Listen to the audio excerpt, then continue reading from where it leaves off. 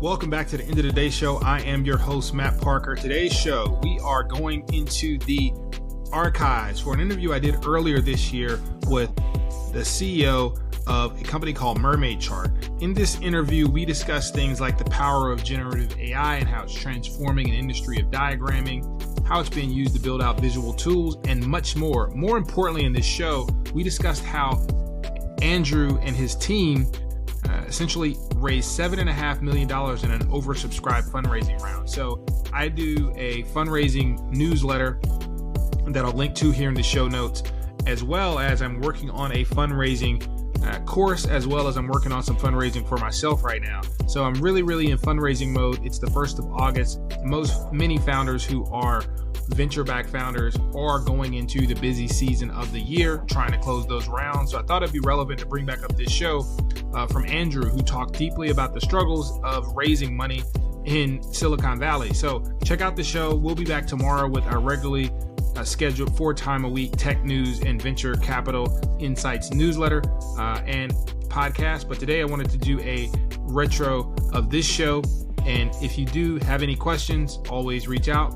Great to see everybody, and we'll get into this. Hi, listeners.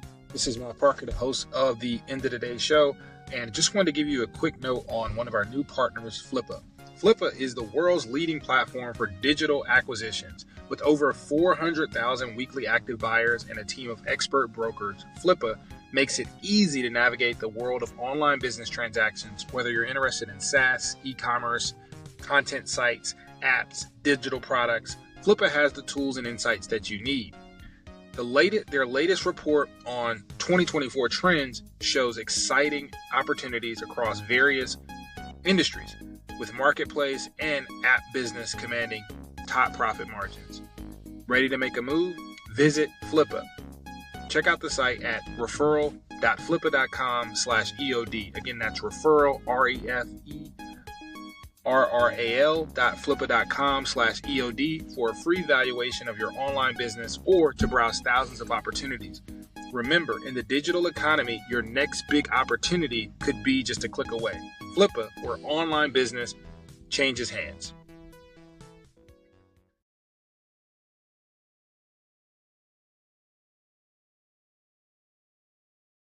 Welcome to the Stretch Forward podcast. I am here today with today's guest.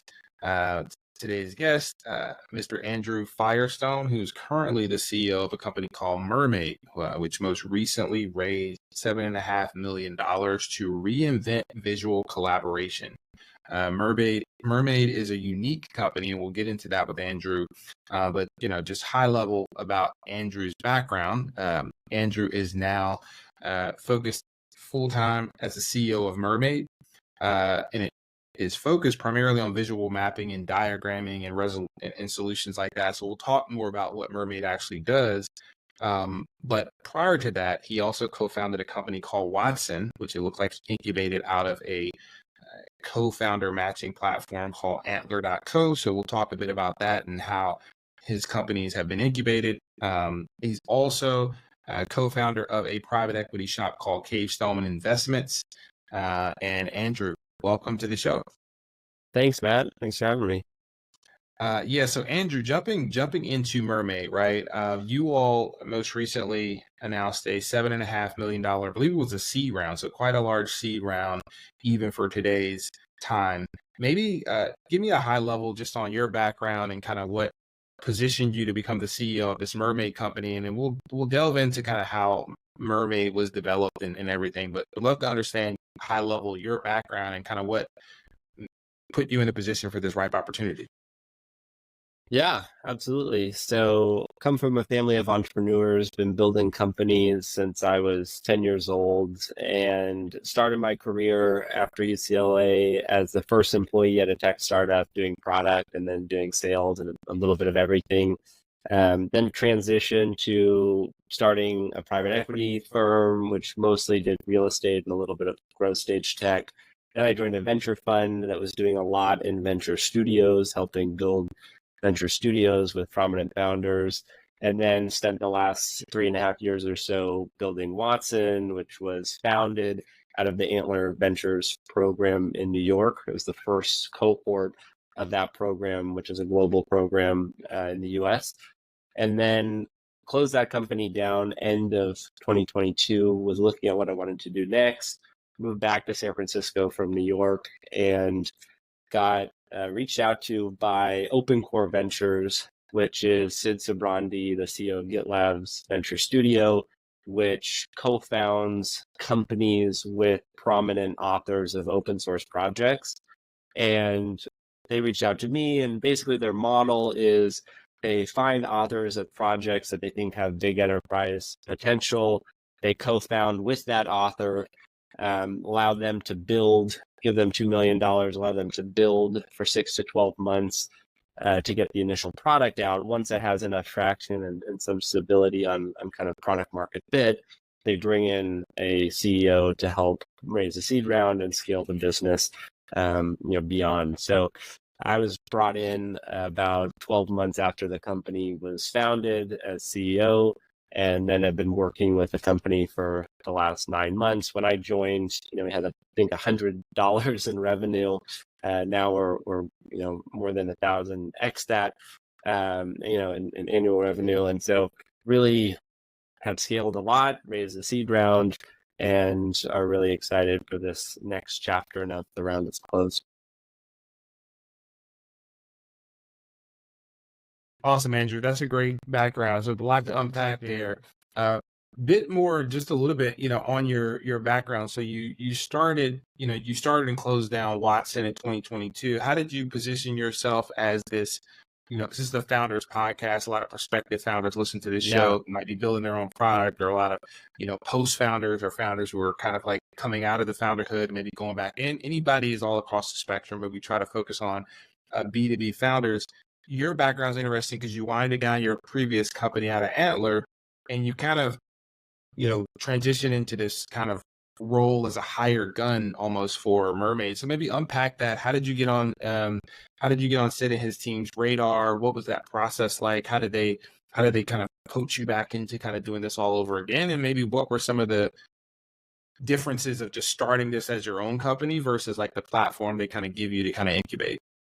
Yeah, bunch of great questions in there. For me, after Watson, a lot of the founders that came out of that program were like, I'm never going to do this again. For me, it's a calling. It's what I love to do.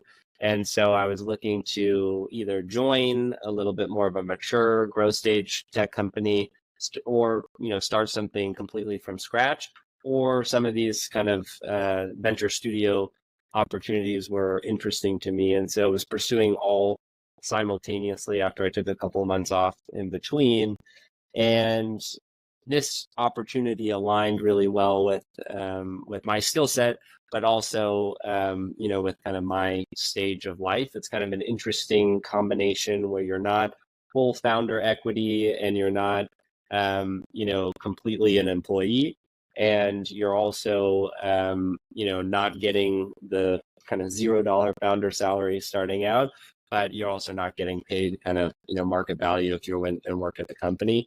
And, I'm getting married this summer, and, was looking at different types of opportunities that would both match my skill set, take my learnings from Watson, and apply them in a place where, I could do some good, and then also something that fit my stage fit. And so at the venture fund that I was at, many years ago, we did a lot in venture studios, and it's kind of early in the venture studio world. There, now it's become a much more popular model, but had come across Sid and what he was doing back then, and was following along with their journey. And I think the recruiter, the head of talent at OpenCore, reached out. I think I viewed her profile or something like that as I was looking at different opportunities. They had a posting about a CEO role. She reached out and said, "Hey, are you interested?" And then got to meet the team there, got to meet Sid, GitLab CEO, who's pretty much my boss now, who's an advisor for the company, but, has been a mentor to me and the other companies that are coming out of OpenCore Ventures. So, really fit well. I did probably 50 different pretty deep dive conversations with potential co-founders and potential other opportunities kind of across that spectrum that I mentioned. And this one really jumped off the page in terms of, fit, both from a skill perspective and from a values perspective as well. Coming out of Antler, we had a process to find your co-founder in Antler. They put a structure around that. And part of it is a 75 question questionnaire that you go through with the co-founder to make sure that you're aligned across a lot of different areas of starting a company. And so I had done that process with 20 other people. So I know myself well in relation to those questions and the things that matter. And I know the responses and how those, work, related to me. And the co-founder here, Canute, who's the CTO, is the sole founder of Mermaid Chart. Our alignment was really strong, both across the business elements that were relevant. He's a really technical, kind of great CTO candidate, but doesn't have that much exposure to the business aspects, at least in his previous experience. And also just from a values perspective, we lined up really well. And so, just kind of all came together with the opportunity. Yeah, and that's interesting. So you work closely with Sid. What's it been like working with Sid? Being the founder CEO of GitLab, obviously he's one of the big dogs, so to speak, in this open source space. I know GitLab has historically been very outspoken about having this purely remote culture. What are some interesting things about working with him, interacting with him at this incubation level, where essentially, from what it looks like, they are basically going out and finding the top companies on their platform or the top open source projects on their platform that deserve to be companies, incubating it. Maybe tell me a bit about just working with him day to day. Like, what are some of his, what are some key things you picked up from him as now the CEO of Mermaid Chart that you're now carrying into the way you all are building out the company? Yeah, absolutely. Well, Sid is an exceptional person, one of the best operators that I've ever worked with. And that was one of the big draws of joining the company, was getting to work with him. We meet twice monthly to talk through the different kind of strategic priorities for the business. And it's been really interesting because it's both there's strategy elements, which usually I'm coming to him and saying, hey, here's what I think we should do. And he says, oh, yeah, that's a good idea. Or, oh, maybe tweak it. Or, oh, no, that's a terrible idea. You should do something else. And he's got he's done 12 of these companies so far, right? And then has built GitLab and has, experience across a lot of other companies. And so his input is extremely valuable, specifically around the open source elements, but also just on, operationally and strategically within the business, understanding different ways in which you can do things, more effectively. But working with him closely has been fantastic. And, having somebody like that as a kind of thought partner when you're building out a business of this stage is just, extremely valuable. And I think one of the things that I admired before I joined the company is the way in which they structured the model for the venture studio. I thought was, really smart, taking these open source projects where you have, years of data, years of customer feedback, almost complete kind of product market fit, in Mermaid's case, for, Mermaid, but now for Mermaid Chart, we've got so much that we can go off of to accelerate, our progress. And so, kind of combining that with the feedback that we get from him with the infrastructure that OpenCore offers, it really gave us a step up, and it allows us to execute a lot more effectively and efficiently.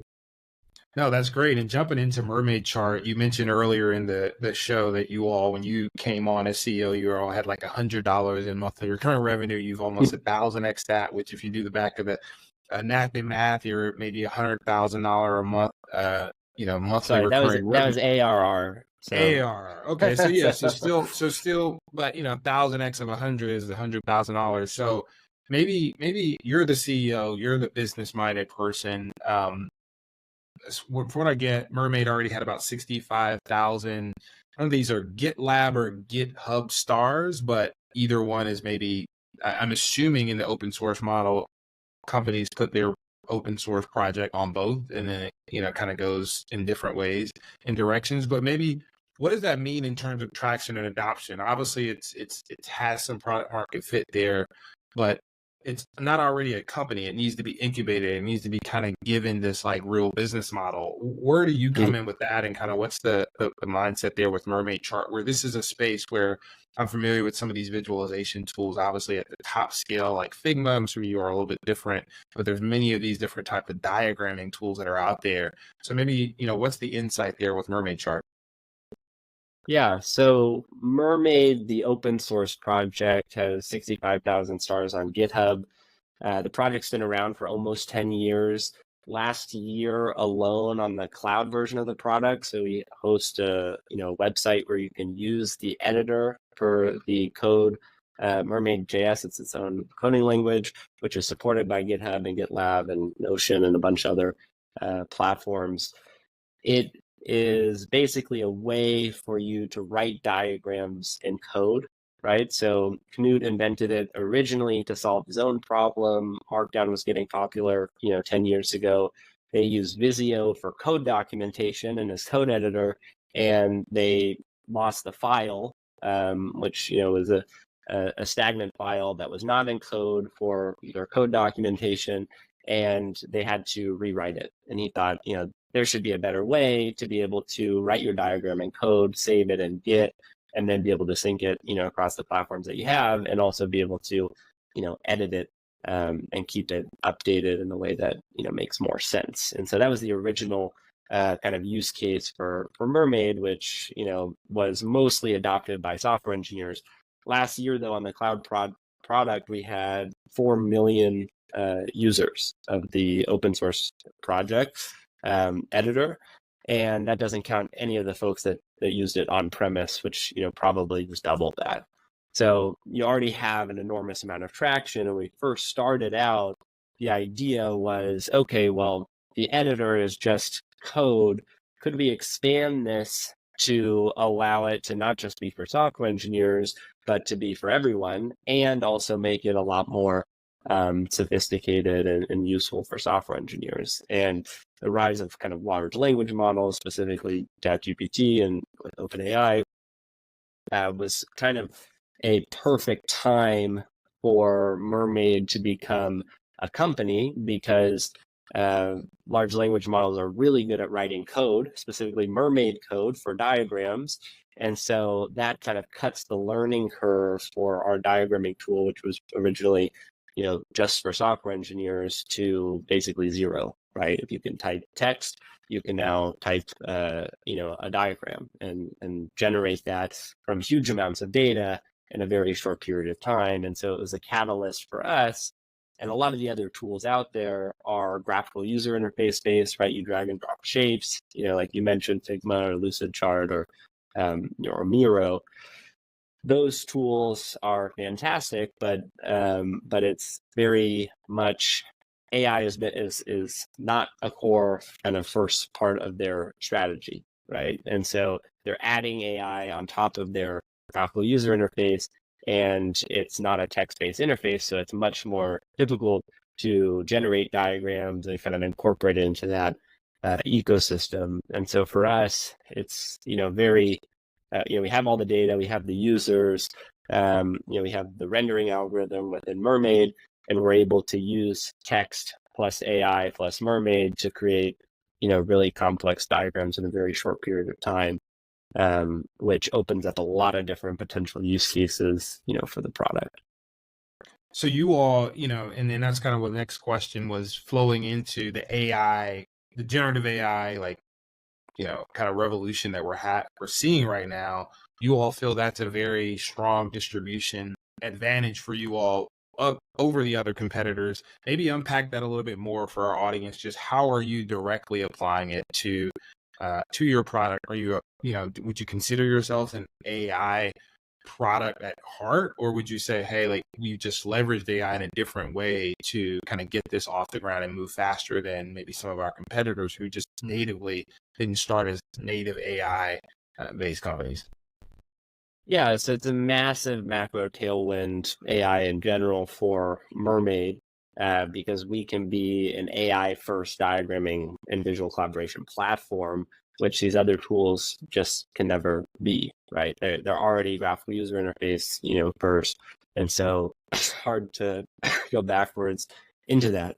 But, for us, it's really about taking the technology that's available and applying it to our use case, adding it to our technology, and then leveraging our existing distribution with the open source network to be able to scale very rapidly and efficiently, right? So if you look at how AI has been applied within the startup ecosystem and also the larger enterprise ecosystem, those that have gotten the most value from it so far are big companies that already have the distribution of millions of users that can add AI to their suite to increase the value that they're delivering to customers. We're in this unique position as a seed stage company where we have similar types of distribution to these massive companies through the open source project.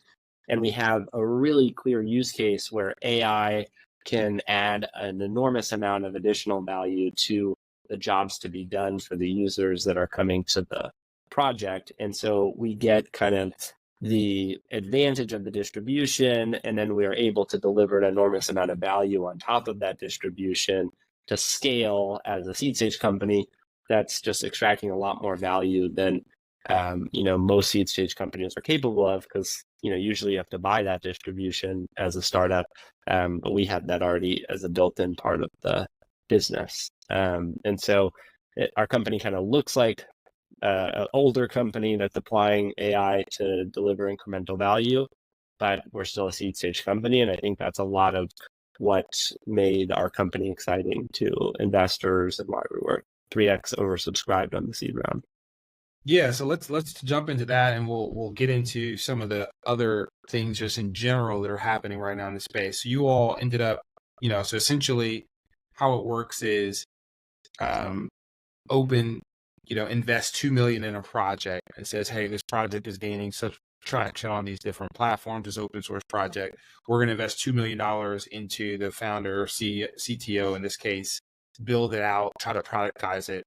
And then you come on as a CEO, and is more of your role into now, like, we're going to actually try to go raise a formal outside round of funding. So we need to kind of set up certain things. And maybe what was the temperature like, and what kind of process did you all run to kind of raise that $7.5 million seed round? Yeah, so a lot to unpack within that, but I think, for us, when I came in, the company was kind of just getting started. It was a team of 6 software engineers, not all of them full time, and then myself. So the first step was, build in some basic business logic into the product. Our whole strategy is product-led growth, right? So we allow people to use the product, and then they can self-serve into pro and now enterprise account tiers. But for me, it was one, learn the business, right? There's a whole massive market and a lot of different dynamics that are changing rapidly and that are already established within the market that, I had to get up to speed on, pretty quickly. And then pretty soon after that, it was like, okay, now, we've got the basic idea of where we're going, and let's, raise the money to be able to execute, against that. And so for me as CEO, the job really is help set the vision for the business with the CTO, which we already had a lot of when I joined, but now have expanded on that now that we have a lot more user data. Make sure we don't run out of money, number 2, and then hire the best people in the world, to come join us on the journey. And so, right off the bat, it's like, okay, let's set a short-term, vision for where we're going over the next kind of 12 to 18 months. Let's raise the money that we need to be able to execute both on the short-term vision, but also, for the long term. And then let's start hiring those people as kind of, phase 3 of that. And so this is my 4th fundraise in the last 5 years. And so I've had more experience than I'd like fundraising, for seed stage startups over this last period of time. And so we ran a really tight process. The market end of last year was a whole lot slower than it has been this year. By the end of last year, I started raising in October. we hadn't closed anything come January.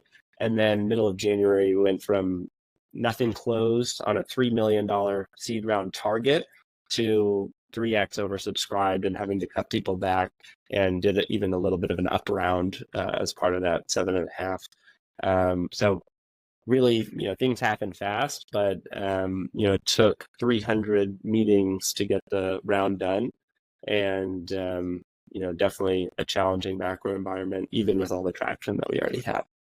Yeah, and walk us through your process. Like, what are some tactics that you learned and you used to get through those 300 meetings? Were you doing those mostly yourself? I'm assuming as a CEO with a team of engineering folks that maybe aren't as business oriented, you were taking a lot of those meetings. Maybe walk me through that approach, or some of the founders that might be listening, on how they should be thinking about running an efficient process. Yeah, I think process is super critical, and creating efficiencies within that process is also really important, especially when you're taking, 98% of the meetings. Usually bring in founder, CTO, 2 or 3 meetings in, once we're kind of getting ready to get to deal terms as a final step. But the way that I do it is, kind of 4 to 6 weeks of getting the documentation ready and getting the story ready, and then kind of workshopping that with friendlies, and other folks to kind of polish it out. Then spending kind of 2 to 4 weeks on outreach to set up for a kind of 2-week window where you take 50 meetings a week during that period. So you really kind of try to get all your meetings within a specific time frame, so that you can time box that and that you can iterate really quickly after you've already had some feedback. Hopefully from that process you're able to kind of get the full round done in the following kind of 4 to 6 weeks. That didn't happen for us. We ran the tight process, did a bunch of meetings, didn't have the story quite right, didn't have quite enough traction when I first kind of got in here, and then by the time, luckily, we kept growing and we started really increasing our revenue, within the next couple months of the process, and we're able to get it done in about 4 or 5 months, once everything kind of came together. But I think it's really all about kind of a prep phase, a generating meetings phase, a having meetings phase, and then the key is just improving every single meeting that you have, and really understanding what's working with the story in relation to the type of person that you're talking to. And, it's a little bit of an art and a science on both sides of that. But, it's one of those things where it's a numbers game.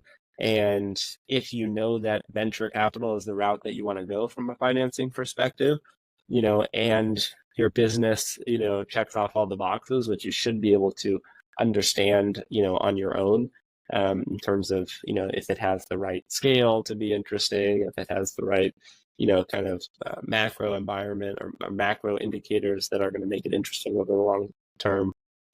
But yeah, I mean, I think we could do a whole 2 hours on kind of the fundraising process that we use, but those are some super high level thoughts.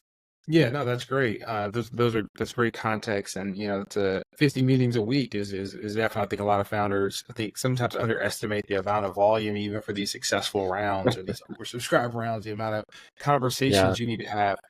So pinpointing as we wind down and kind of get to the end here, you moved from New York back to SF. Maybe give us a high level and maybe how that affected the fundraising process, being in San Francisco proper right now, particularly in any kind of AI related product. It seems to be an advantage. What's it like for you being based here now versus New York? And maybe share your, some of your insights around that whole conversation. Yeah, I think it's a controversial one. Could be another 2 hours, but another 2 hours on that. I'll get myself into trouble. But yeah, I moved before I joined the company. I moved back to San Francisco, and my wife's also in tech, and our thought was, sorry, one sec. My wife's also in tech, and our thought process on the move was, we lived in New York, lived in San Francisco. I used to live in San Francisco before this. I'm from California, Southern California originally. And still, San Francisco is the best place to be for tech. And as we were thinking about opportunities, for example, this job was really only listed for a CEO to be in San Francisco, right? So if I still lived in New York, I don't know if I would have ended up having the opportunity or actually joining the company, right? And so it's one of those things where I just think that if you are really serious about a career in tech, being in San Francisco is the best place to be. There are other places, that's flattened, I think, in general. So you can be other places and you can work remotely and you can be effective. But I think there's something about being in SF that just signals that my career is my number one priority and my career is tech, right? If you live in New York, there's a lot of great, interesting things to do there, but life is really hard in New York, right? Everything is hard. It's just a different type of lifestyle. And San Francisco, life can be a whole lot easier. And if you're trying to build a $10 billion business, my thought is you should have life be really easy so that you can just have the hard thing be building that company, because that's hard enough for, multiple people's entire lives. And so my focus is building a $10 billion business, and that's, why I'm here. Awesome. Andrew Firestone, today's guest on the Stretch 4 podcast, talking about Mermaid Chart. Andrew, leave our audience with any parting notes on Mermaid Chart, on particularly what you all are building and how they should learn more about the company. Yeah, absolutely. I think, check us out on mermaidchart.com. The product allows you to create really complex visual representations of all sorts of things, whether it's your supply chain, whether it's your tech stack, or kind of anything in between, from text prompts, from data. And it saves a lot of time, but it also helps you effectively communicate ideas. And I think in a world that's increasingly operating remote, I think communicating visually is the most important thing, and having a really clear way of communicating that doesn't take a lot of time, I think, is really critical. And so check us out. Let us know what you think of the product, and feel free to reach out to me on LinkedIn. Awesome. Andrew, thanks for being a guest on the show today. Again, this is the Stretch 4 podcast. I'm your host, Matt Parker. Everybody have a great day. Are you a founder looking to secure funding for your early stage startup? You're in the right place. I'm Matt Parker, and I've successfully raised $3.5 million in venture funding. Now I'm here to help you navigate the challenging world of fundraising. I've just released my guide to the top 10 Black-led VC funds for early stage startups. This free resource is packed with invaluable information, including a list of top Black-led VC funds with publicly available application links, strategies for creating a compelling pitch to complete those applications, tips on finding the right talking points for each investor. But that's just the beginning. For those ready to take their fundraising game to the next level, I also offer a premium subscription that includes detailed fundraising strategies from pre-seed to Series A and beyond, insights on industry-specific funds and geographic focus, expert application strategies and tips for going beyond the pitch, and inspiring success stories to guide you on your journey. Whether you're a first-time fundraiser, potential first-time fundraiser, or serial entrepreneur that hates fundraising, this guide and subscription offer the roadmap you need to connect with the right investors and secure funding for your startup today.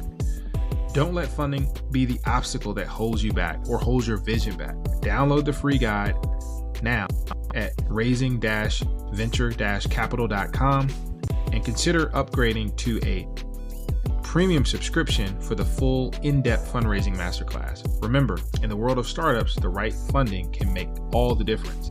Let's secure funding together.